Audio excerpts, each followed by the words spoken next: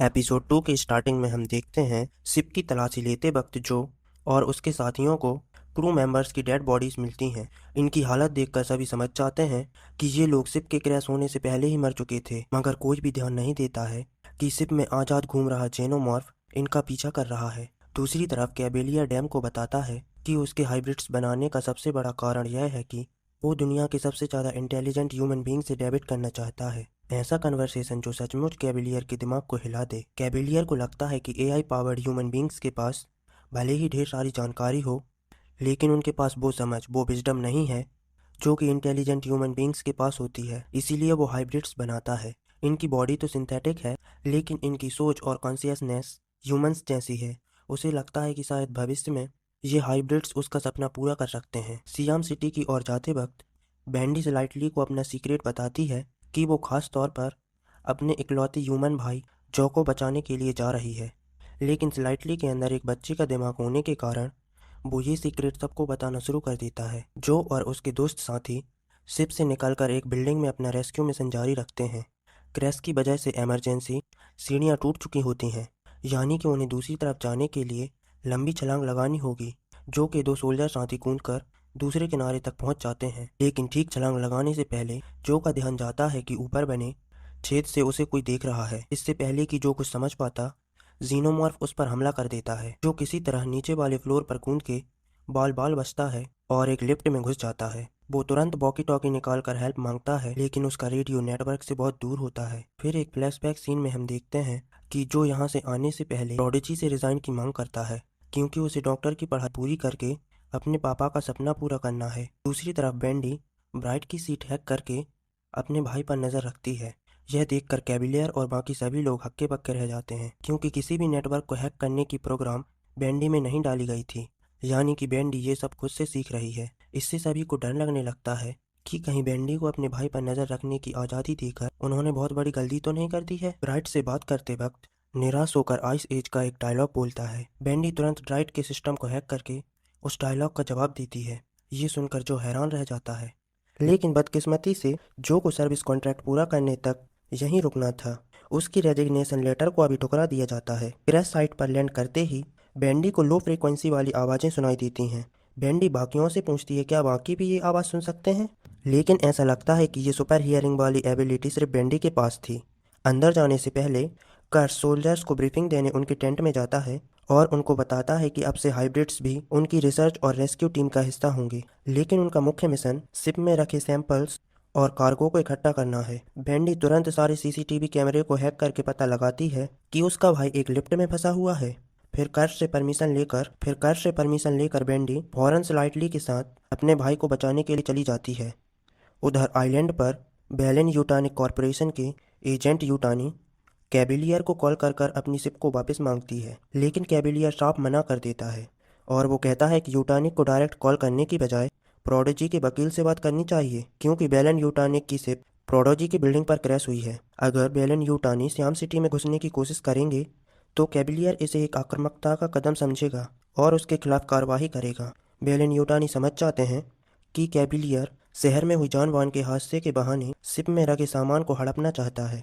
कैबिलियर तुरंत अपने assistant Adam को बताता है कि ब्यूटानी अगर कोई कानूनी रास्ता ढूंढे, उससे पहले हमें जल्द से जल्द शिप में रखे कार्गो को हासिल करना होगा। एडम फौरन कर्स को कांटेक्ट करता है, बचे हुए हाइब्रिड से शिप में रखे कार्गो को इकट्ठा करने भेज देता है। शिप में घुसते ही उनका सामना एक एलियन प्लांट से होता है। उसे देखकर कुछ बच्चे डर जाते हैं। कर्स सभी को समझाता है डरो मत, हम टेक्निकली अमर हैं, तो फिर किस बात का डर है।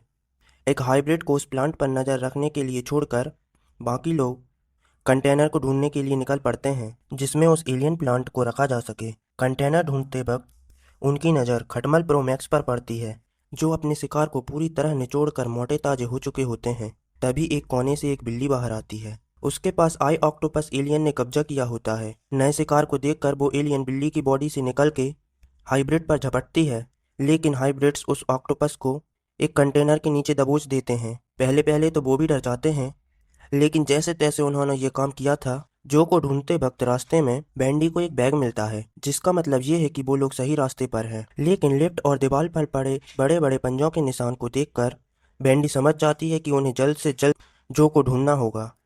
लिफ्ट के बाहर आते ही जो को उनका एक सोल्जर पार्टनर मिल जाता है। दोनों मिलकर उस फ्लोर की तलाशी जारी रखते हैं। पास ही के रूम में कुछ अमीर लोगों की कॉस्ट्यूम पार्टी चल रही होती है, जो उन्हें चेतावनी देता है कि उन्हें जल्द से जल्द बिल्डिंग को खाली करना होगा।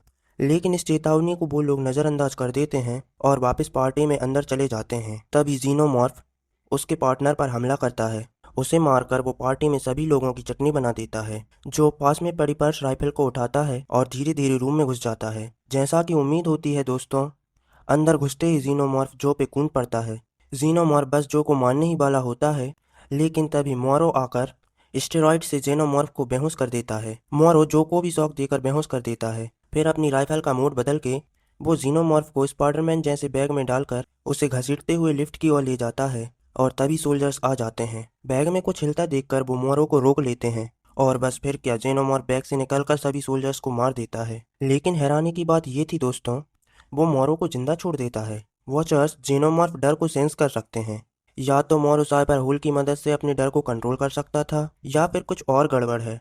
होश में आने पर जो की मुलाकात बेंडी और स्लाइटली से होती है। अपने भाई को जिंदा देखकर बेंडी बहुत खुश होती है, लेकिन बेंडी को इतना ज़्यादा खुश देखकर जो कंफ्यूज हो जाता है।